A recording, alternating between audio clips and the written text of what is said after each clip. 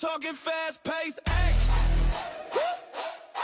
I'm talking lights, camera, action. You better be about that action, cause ain't no need for no act. Talking hit so hard they breaking backs. Yeah, I ain't with all the chitter chatter, only talking facts.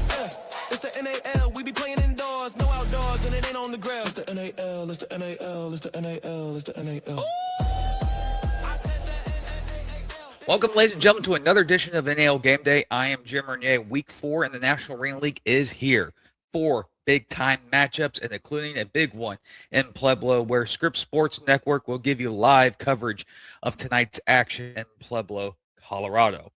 But we can't do this without our sponsors: Black Rifle Coffee, First Phantom Energy, Hard AF Seltzer, MyBookie, and SNHU.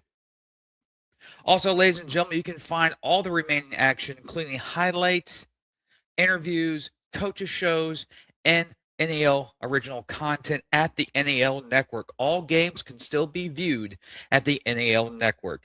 NAL-network.com. Click on the game you want to view and subscribe easily, or visit NALshop.com to get right to the app and subscribe that way. That's NAL.network.com. Also, for any updated information for the league, visit thenationalarenaleague.com or X, TikTok, Instagram.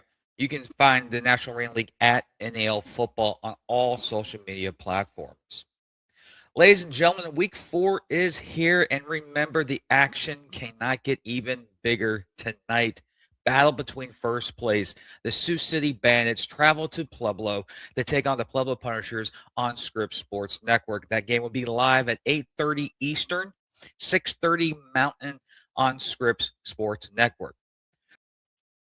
Other games around the NAL today. Let's start in Dodge City, where the Southwest Kansas will host the Omaha Beef. 1-0 Southwest taking on 0-2 Omaha. Little unfamiliar territory for the Beef before Southwest Kansas. What a way to get a win over a rival of sorts, a renewal of a matchup as previously between the two organizations. That game kicks off live right off the bat, the first game on the docket this evening at 6 o'clock Central. Beef and Southwest Kansas. Now let's head west to northern Texas, where the Amarillo Warbirds will be hosting Louisiana Roubarou tonight at 6:30 Central Time. And it'll be a rematch between the overtime thriller we had earlier in the season. Amarillo will be debuting a new quarterback in Blaine Espinoza, while Louisiana brings in Taz Wilson from his second start as the quarterback for Roubarou. It's going to be an intriguing matchup in Amarillo, and it's on NAL Network. And to wrap up week 4, we head back to Salina, where the Salina Liberty will be hosting the Colorado Spartans. The Spartans coming off of a bye week after their impressive victory against the Dallas Bulls of previous week before that. Salina, big win over Omaha last week. Let's see if they can continue the momentum. Big time game early in the season. Colorado and Salina. It's being a little bit overshadowed of our game of our week, but that could be a game to keep an eye on throughout the evening in Salina between those two teams, especially the defensive style that is Salina and the up-tempo offense that we saw that was starting with Colorado a couple weeks ago against Dallas. But that's a game to keep an eye on in the National Arena League. Remember, you can follow everything National Arena League related for tonight's games at NAL Football on all social media platforms, and just look up the National Arena League on Facebook to keep up to date with score updates and highlights throughout the action of Week 4. Ladies and gentlemen, we'll be coming back after this break with none other than representatives from both Sioux City and Pueblo. This is NAL Game Day. Coming up next, our featured game of the week.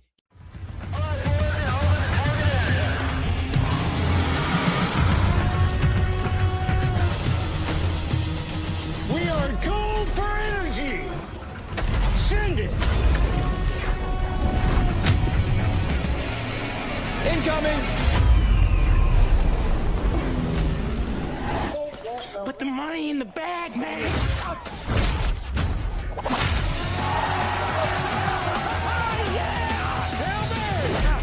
As I said, your paycheck is your thank you. What's going on back there?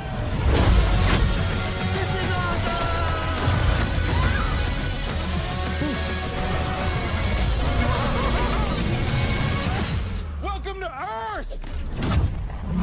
No! Who's flying the plane? Get cockpit! Go! God! Black Rifle Energy, dropping near you. I earned my degree online from SNHU. It was the flexibility. It was very easy with my busy schedule. Keep pushing. Every single day, you take it a step at a time, and you're going to do it. We have families, we have homes, work. It has flexibility for me to live my life. And now I'm here. I graduated. When Southern New Hampshire University says that they can get you to that finish line, they got me to the finish line. Apply today at snhu.edu. First Form, protein bars and sticks. High protein, maximum taste. 20 grams of protein in every bar, 18 grams of protein in every stick. Gluten-free, no artificial flavors, just pure fuel. First Form, shop now.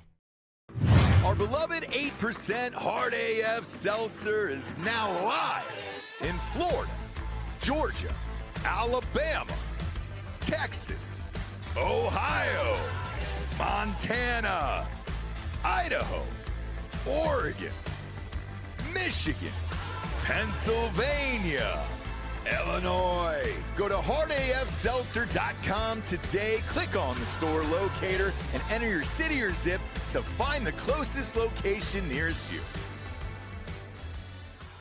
Back, ladies and gentlemen, tonight, Pueblo versus Sioux City, the NAL Gameday Game of the Week live on Scripps Sports Network. I had the opportunity to get to both coaching staffs this week to discuss this matchup, what they've done over the previous couple of weeks, what they think both teams will do. Had the opportunity to get you more access to both organizations. But first, we have to visit Sioux City with some familiar names and some veteran-led individuals who've been with the organization for quite some time. We discussed that in this interview.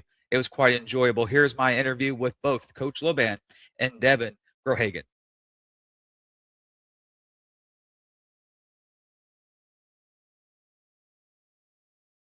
Now, I am joined by two individuals that, well, first one is a new one, then a recurring guy, Coach Lowe, and the other veteran. Apparently, they were arguing behind the scenes, ladies and gentlemen, about who's been in this, in the Sioux City organization for the longest. It's Grohagen. Welcome, gents. Welcome to NAL Game Day. We are hours away from kickoff. Well, when this is recording, we're not hours away from kickoff. But how are you guys doing this evening? Doing well. So I know we were talking about behind the scenes, the debate. Who is the most tenured and who will get the statue first in Sioux City? Well, I'll be always the most tenured, but he'll have the most consecutive games played in a row just because he can't say no. Because you make me not say no. But I'd probably get a statue. He's going to get the statue first. We ain't going to lie. Mine probably be on the first step. Then Bruno's would be at the third. No, Bruno's would be on the roof. Oh, no. Where's Irvy's going to go? In the closet. So we only getting 3 statues, and Bruno, Lowe, Irby, Devin just on the outside looking in again. I might get like a tree. Oh, there you go. Something.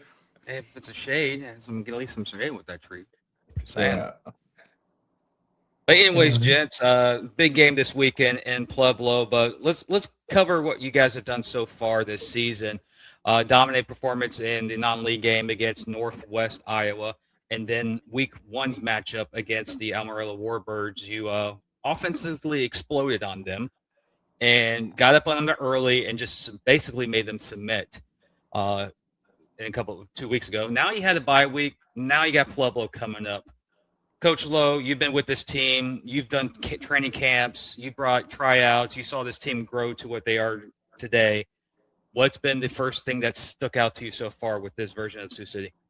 Honestly, just the togetherness. This team is probably have I was counting, we brought in 9 to 10 newer guys, and we kept a few of them. But for the most part, the team is, you can tell they've been together, but they didn't like the results last year. And from day one, when we reported to camp to, last night's practice, there was togetherness. And I've seen a lot of teams come through in 14 years. I played for a lot of teams. This reminds me of our 2015, 2012 team, where obviously championship teams, just because of the togetherness. And like right now, half the crew are either in the bottom of the hotel or at B-Dubs right now. So they're always together, and they're trying to figure out ways to continue to be together. And more so, you got guys like Devin, who more of a accountability guy with these guys, and he'll say some stuff to them and say, hey, you do this, I'll do that, and hold each other accountable. And that's what's got us to where we are today. I mean, obviously 1-0 is the goal every week. So right now we're 1-0. We're just going to continue to look forward to being that. Adding on to that, Devin, you, like we joked about earlier, veteran-led team, veteran-led organization, you leading the team. What does it benefit for an organization like Sioux having so many guys who have multiple years, not just in the sport, but with one singular organization? Yeah, it's important because it's not just the knowledge for the game, but it's the knowledge for the organization. You know, we pride ourselves in being good people out in public, you know, good citizens out in the community. And being with this organization, that's what expected of us. And so, you know, when we got newer guys, we kind of take them under our wing and we're trying to build, you know, great men, great people, as well as great football players. Coach Lowe, one thing that we have noticed so far of this team, especially the matchup against Amarillo, is the explosiveness on the defensive side of the football, not the offense. Offense scores points, we know that, but your defense shut down Amarillo a few weeks ago. Has this defense shown you so far in the recent couple of weeks that makes you think that this could be one of those elite style defenses that you've coached before? Honestly, the versatility of everyone. I mean, we got guys that can play numerous positions, not just right corner or left corner. All those guys can line up and play in the secondary. Up front, all three of them can play inside, obviously nose to in, and even some of them can line up at backer, you know, and having a few other guys such as Juan Moore, we call Rue, he can play anywhere on the defense. Having a Fred that can play anywhere on the defense. Just this offseason, when we put the team together, we kind of knew what we wanted. We wanted multiple guys that can do multiple things. And our defense has shown that because that's what they've shown so far. We've lined guys up at whatever position in practice and they've been able to execute. And that's plain and simple, just keeping it simple for these guys, but also trusting their ability to be where they're supposed to be pre and post snap. And so far they've shown that, and we'll continue to ride that pony until tell us to get off of it. And also, Devin, the same question to you, but as a player / veteran, what's this team so far meant to you so far this season? Means a lot. I mean, this year it's a little bit different. Obviously, we didn't have the outcome we wanted last year, right? I felt like our defense was pretty good last year, not the best, but we came in and it's all egos aside. It's not individual stats, it's not personal stats. It's getting the win as a defense. It's flying around to the ball, making plays, and doing your job. And everyone's bought into that, and that's how we're coming at every game. And then when we look forward to this game tonight against the Pueblo Punishers, they're 3-0. They're at top of the world and number one in the NAL. You guys have been in that position before in the past. What type of, not really game plan, what type of is it extra stress when you're the top number one team in the league at early in the stages?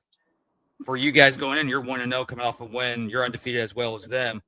Or what's this type of game do for the coaching mindset and the players' mindset? Two undefeated teams. What team you think has the most pressure, the 3-0 home team or the 1-0 team that's on fire go into the building? Coach Lowe. Well, I would say for sure, I mean, being on top is a hard thing to do. Obviously, somebody has to win this game and somebody has to lose this game. But this win or loss, I don't think will define any one of us. Is so early in the season. I mean, of course, close thing to perfection is going undefeated. So, you know, you go undefeated, you're perfect, right? But of course, there's always going to be pressure for the top team. The reality is you got to show up and perform, and sometimes the top team will lose, you know, and sometimes the bottom team will win. It just depends on who shows up. And at the end of the day, our job is to go 1-0. And when we say 1-0, we're not just mentioning on the, you know, scoreboard side, which is obviously what the fans will see and everybody else will see. But for us, it's 1-0 in the community, 1-0 in the locker room, 1-0 at home, 1-0 at work, 1-0 in general across the board. So you keep stacking those 1-0s, and then on game day, that's your goal to go 1-0. I'm pretty sure if you stacked enough 1-0s during the week, you'll stack another one on Saturday. Same question to you, Devin. Yeah, I mean, I've been there when we've been at the top of the league. I've been there when we've been at the bottom. I personally think the pressure is equal on both sides, right? We're both undefeated. We're going the same goal. You know, you want to be undefeated at the end of the season or get that number one seed, home games to the playoffs, etc. I think the pressure is equal. I mean, it's just going to come down to who hustles the most, performs the best, and executes the most, in my opinion. Well, let's continue on the Pueblo conversation. What has Pueblo shown you guys on film for their first 3 games of the regular season that could, as a coach, Lowe, can be somewhere you can exploit, but also may have a little concern about based on what they've shown you guys over the last 3 weeks? I mean, obviously they have some talent across the board, offensively and defensively, and I've been really impressed with their special teams units. For the most part, they've played good, physical and fast. You know, they've made you pay for your mistakes, and that's any good team's going to do that. And they're a pretty good team for a 1-year startup team. They're really good. I mean, they have a great coaching staff. They got a good group of guys in, and what they put on film so far is that they're going to play fast and aggressive, and they're going to take advantage of their mistakes. Same question to you, Devin. Yeah, so far from what I've seen, you know, like Coach Lowe said, they're coached very well. Everyone saw, you know, what kind of Solo did down in Beaumont last year as a startup team. These guys are a startup team, but they're not playing like it. They're playing fast. They're playing physical.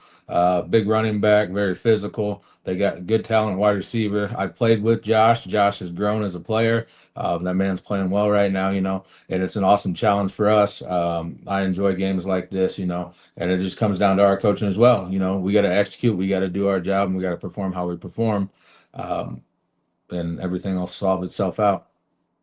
Also, you mentioned Josh. Josh has familiarity with Sioux City, as stated before.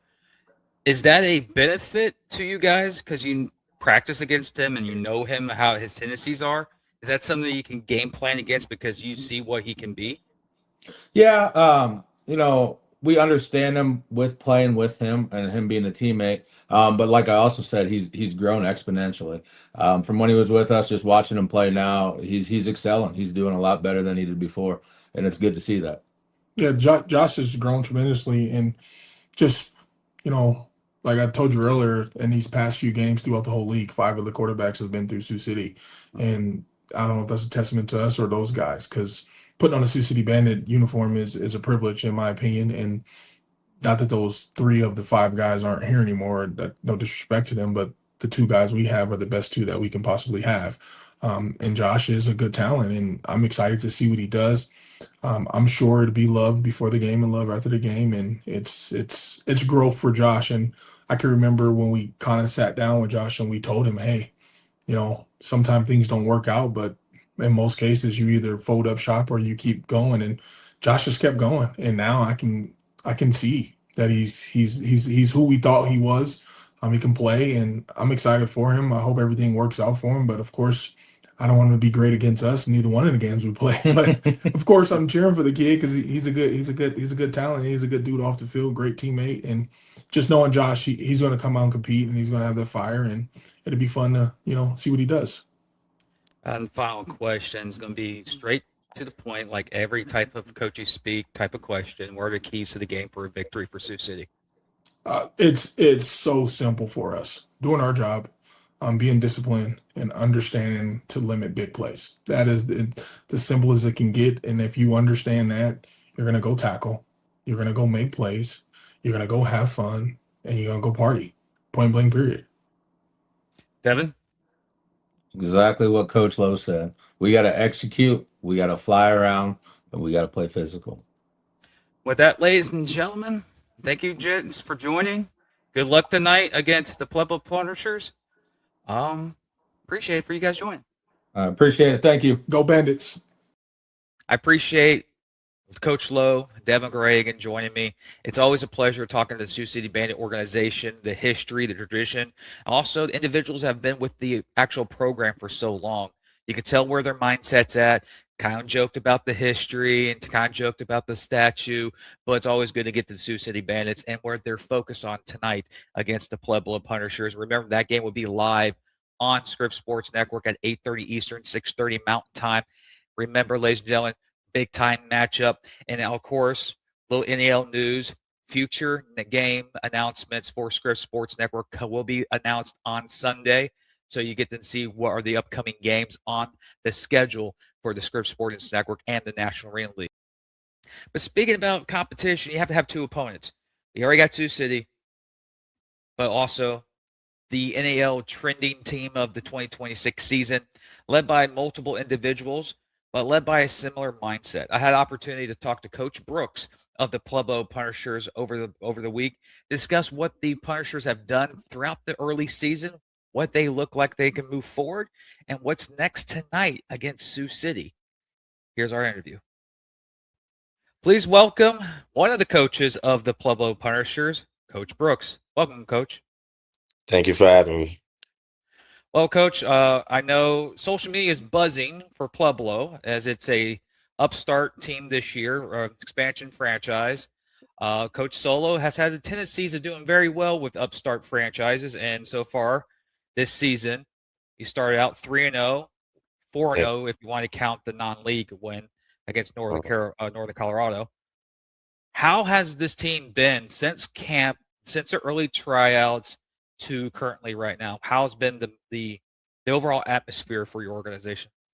The team been great. Bunch of young guys.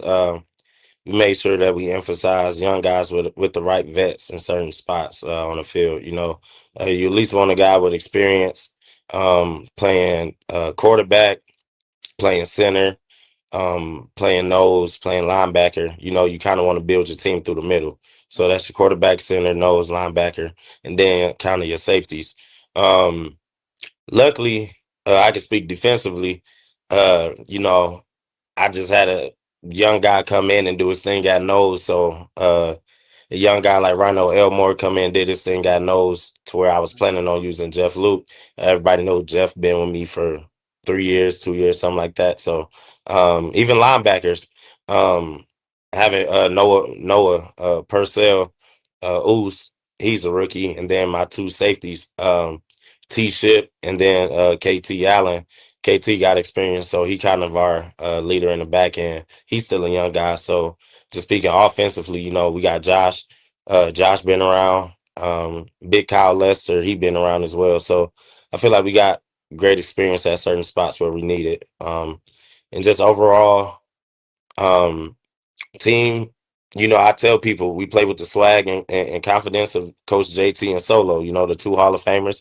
And then you have the aggression and discipline of me, you know, on defense. So that's kind of how we balance. It's kind of like the yin and yang. We get the showmanship and everything from offense, and then you get the hard hitting and tenacity from defense, just being relentless. So far it's mixing well.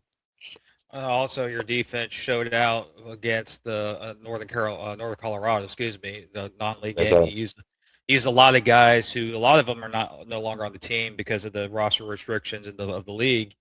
But you established a culture that brought it to week 1 against the Colorado Spartans, where Colorado came down with Paxton Lynch, Stephen Newbold Jr., and on the defensive side, they had Jugs and they had Hammond. They had a very well experienced team. And it was a back and forth affair until about around, I want to say, halfway through the third quarter, where it sided to your favor in that game. And I've noticed this about your organization over the last couple of weeks. That's usually the turning point. It's halfway through the third quarter where it could be neck and neck. Then you see your team just excel past other teams. And it started in that Colorado game. Explain, Coach. You know, the biggest adjustments is made after halftime. Third quarter is where the game is won. Is where it's won or lost, you know, because you're going to have, that's when everything resets. So I always tell defense, especially, like, you already get the offense, you already get their best plays in the first half. You already see what they're going to do. So you get their best shot. Other than that, they just going to adjust to whatever. If they ran posts, they're going to come out second half and run corners. If they ran hitches a lot, they're going to come out and run double moves. So I tell defense, like, don't worry. We already got the best of guys in the first half. So everything like that is just going to lead to them going to the drawing board, just trying to draw stuff up. And then for our offense, them, like Coach Solo, just make adjustments, man. Once they settle down, everybody know offense take a little bit longer to come together than defense. It's just a rule of thumb with football. Offense take a lot longer with spacing and timing and all that good stuff. Defense, we just flying around. So that's just a testimony to those guys, you know, that attitude and relentless, being relentless.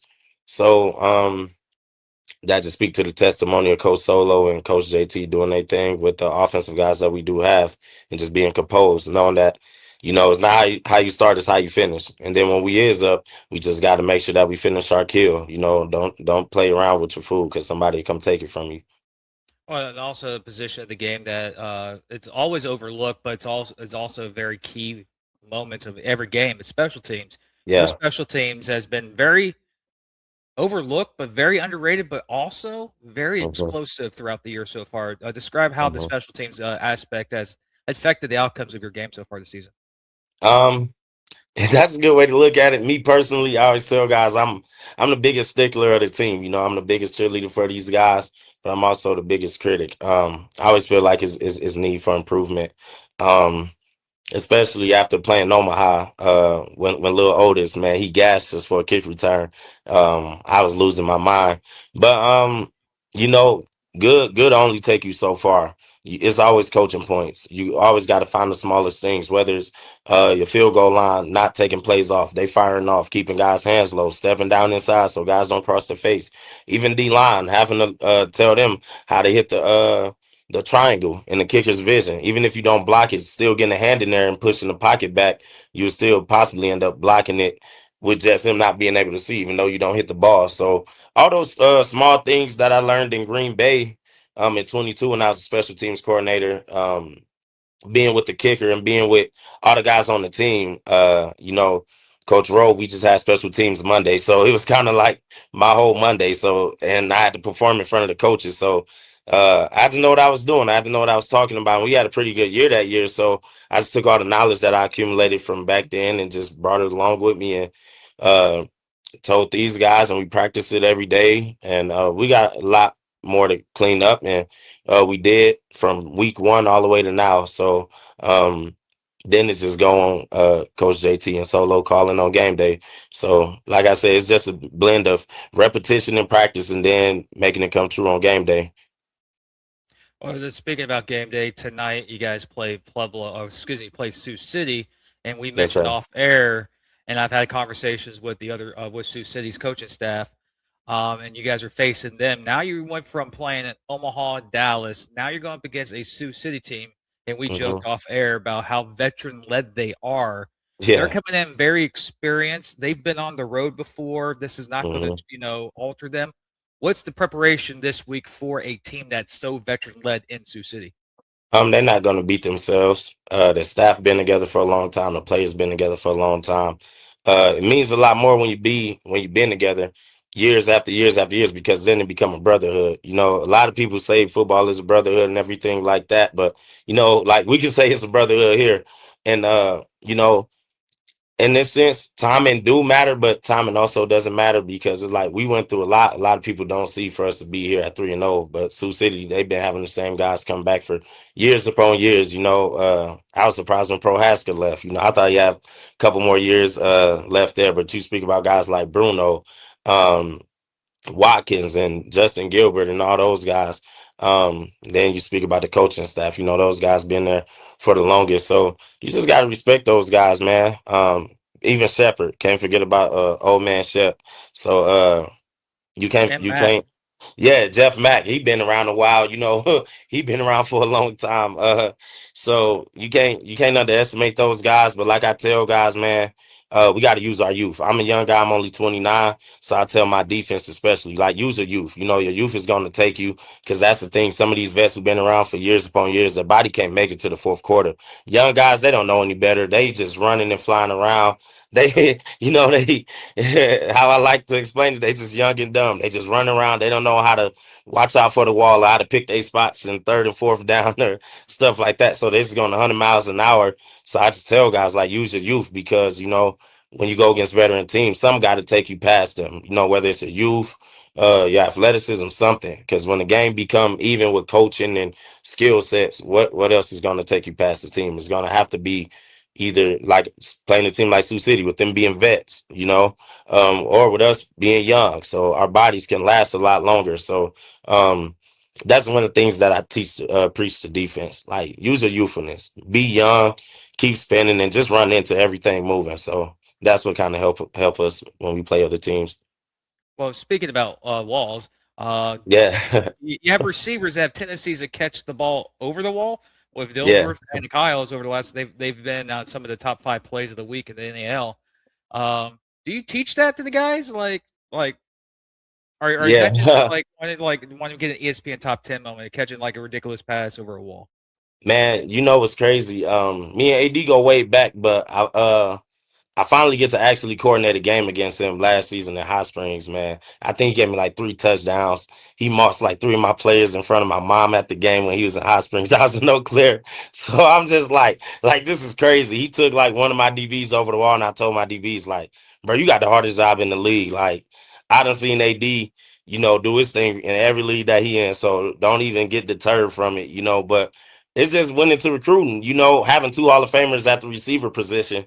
It's like, who else would you rather learn from with JT and Solo? Like, who else would? So that was just a recruiting point. And I'm like, bro, we got 2 Hall of Famers. Like, who else would you rather learn from? That's why if you look at it, all our receivers are tall, 6'4", 6'5" ish, just like JT and Solo. So it kind of helped teaching them because they are the same receivers, essentially. So, man, you'd be surprised in practice. Like, these guys make catches like that in practice. Like, it's just like, oh, there you go. Like, it's just one of those things. Like, oh, there go AD. Like, he had a play in practice. He was coming down the same side, coming down the right side, caught the ball with his right hand, like just snagged it out the air like that. It was just like on the corner route. It's like, bro, like, what is you doing? And it's just like, it's just AD. Like, when guys actually practice how they play, it's just like, we see it so much during the week. It's just like, it's not even surprising anymore. Well, speaking about other players on our team, a certain running back has made headlines throughout the league, especially his dominant performance over the last couple of weeks in Joe Shaw. What has he meant for the offense, especially establishing a very power-heavy run offense at times? Yeah. Shaw, man, me and Shaw go way back again. We met in 2021 when we was on the Albany Empire. That was my first year coaching. And a lot of guys really don't even remember. Shaw was a receiver when we met. We was in the AFL style in the NAL back then when we won the ring in 21. He was actually Darius Prince's backup. So Shaw was actually a receiver. So I'm like, this dude was just a freakish athlete, like 6'2", 235, 220, somewhere around that. He was really heavy. And dude was just round guys up. So we just kept in touch. Then he came to Billings, and I just knew he was always he could run the ball. He's just so big. And I know what hurt the defense. Like, hitting into big running backs, you may stop him first and second quarter, third quarter, but that fourth quarter come atrocious set in. You don't want to keep running into that guy. It's just like, bro, just hurry up and score. Because now it's just like, just like I tell my defensive guys, keep banging and banging and banging and running into offensive guys. Sooner or later, you're going to do their job. They're going to do your job for you. They're just going to start rerouting themselves. They're going to start saying they ain't got the ball. So when it comes to like big running backs, you see how the offense is built.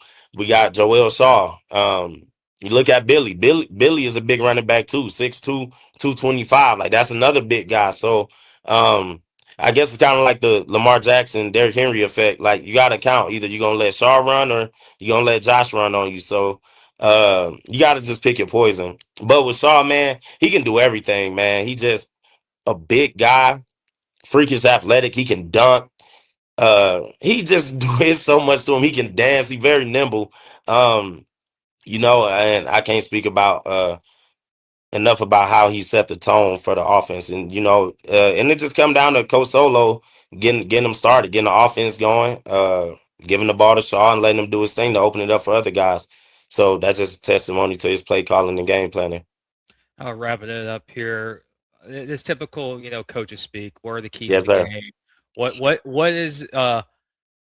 What is the keys for Pueblo tonight to get a win and start 4-0 this weekend and for the season? Same things. Don't reinvent the wheel. Don't make your job hard. Don't see things that's not there. Everything start with alignment, assignment, technique. You get lined up right, you're gonna know your assignment, your technique. The hardest thing is to do is 90% of your job is to get lined up right. So especially for defense, know what's coming. We all seen film. Everybody know about Sioux City.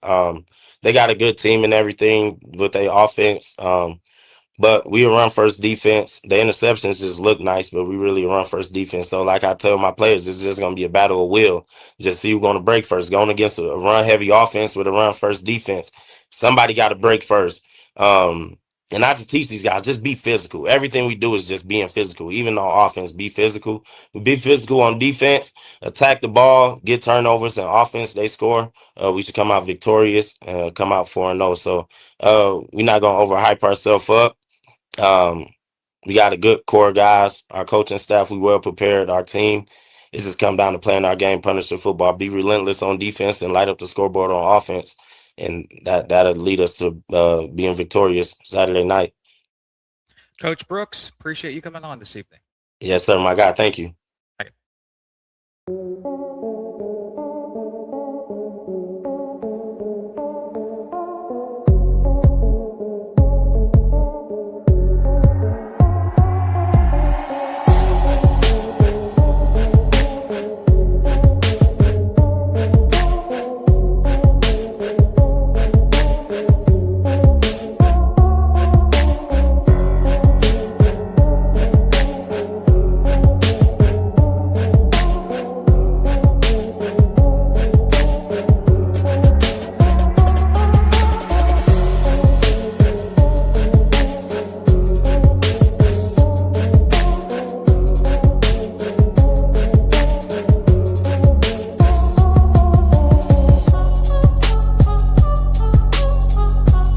Before we let you go this evening, ladies and gentlemen, remember that all 4 games were available on NALnetwork.com and NAL-network.com.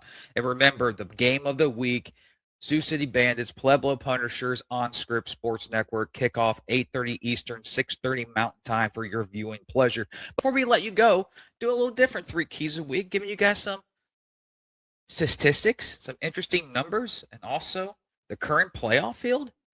Jim's 3 keys a week are different. So let's go to key number 3.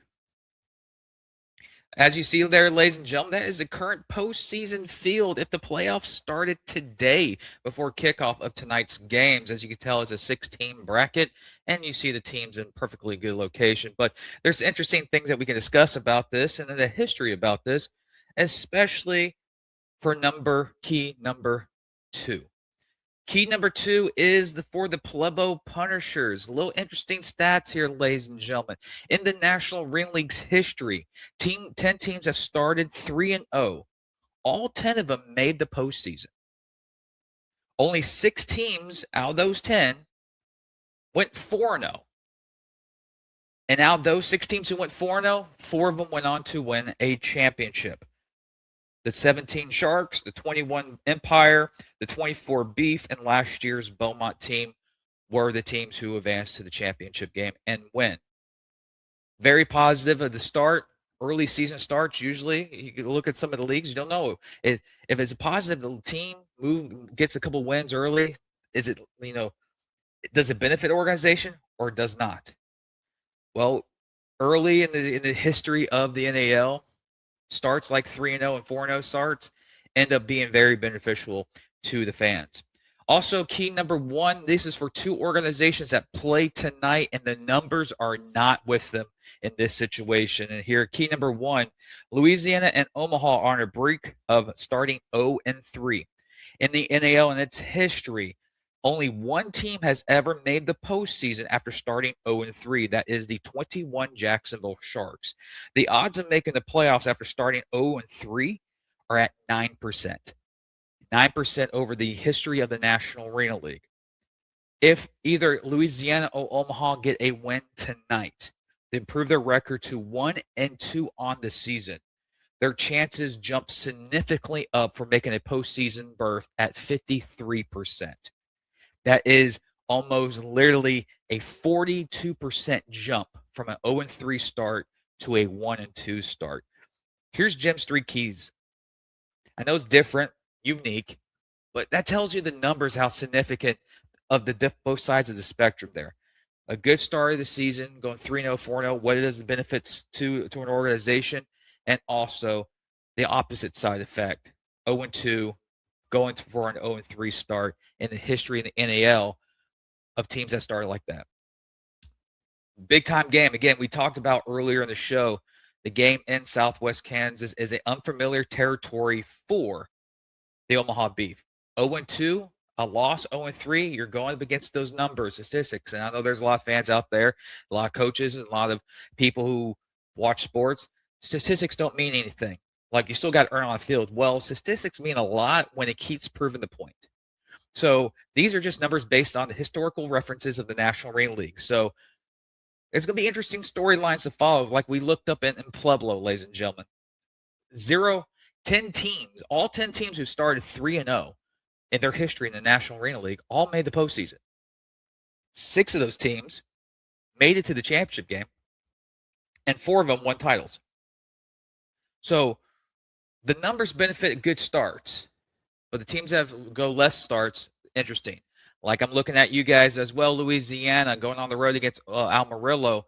0-3 start is right there as well. You have the same familiar storylines as Omaha right now. A win today, your percentage goes up tremendously. I know it's still early, ladies and gentlemen, but the postseason in the National Arena League will be here in a blink of an eye. We are 4 weeks into the season, starting tonight, and then we have about 9 weeks left until the regular season ends, and boom, we're in postseason play. So the numbers are just early numbers, but I want you fans to look at those early numbers and really go, okay, I see the importance of early game matchups. And those early game matchups, again, ladies and gentlemen, starting at 6 o'clock Central Time. Omaha travels to Southwest Kansas. Louisiana at 6:30. Louisiana travels to Amarillo to take on the Amarillo Warbirds. Also, a nightcap action at the same time at 6:30. Spartans travel to Salina to take on the Liberty at 6:30. And, of course, on Scripps Sports Network tonight, Sioux City, Pueblo. You gotta love it. Big time action in the National Arena League. And ladies and gentlemen, we can't do this without our sponsors again. Rifle Coffee, First Phantom Energy, Hard AF Seltzer, MyBookie, and SNHU.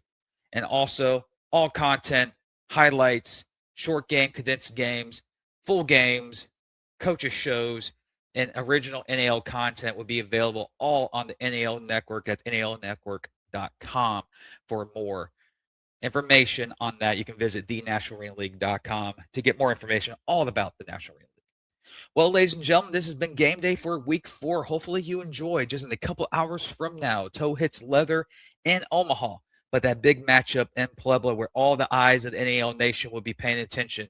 Does Pueblo start 4-0, or do the Sioux City Bandits get the win and claim the first place position in the National Arena League early? Well, ladies and gentlemen, we'll find out later tonight here in the National Arena League. I am Jim Mernier. This is NAL Game Day. Be well, be safe. We'll see you Wednesday for some recap of Week 4 action. I'm talking fast-paced action. I'm talking lights, camera, action. You better be about that action, cause ain't no need for no act. Talking hits so hard they breaking backs. Yeah, I ain't with all the chitter chatter, only talking facts. Yeah. It's the NAL, we be playing indoors, no outdoors, and it ain't on the ground. It's the NAL, it's the NAL, it's the NAL, it's the NAL. Ooh!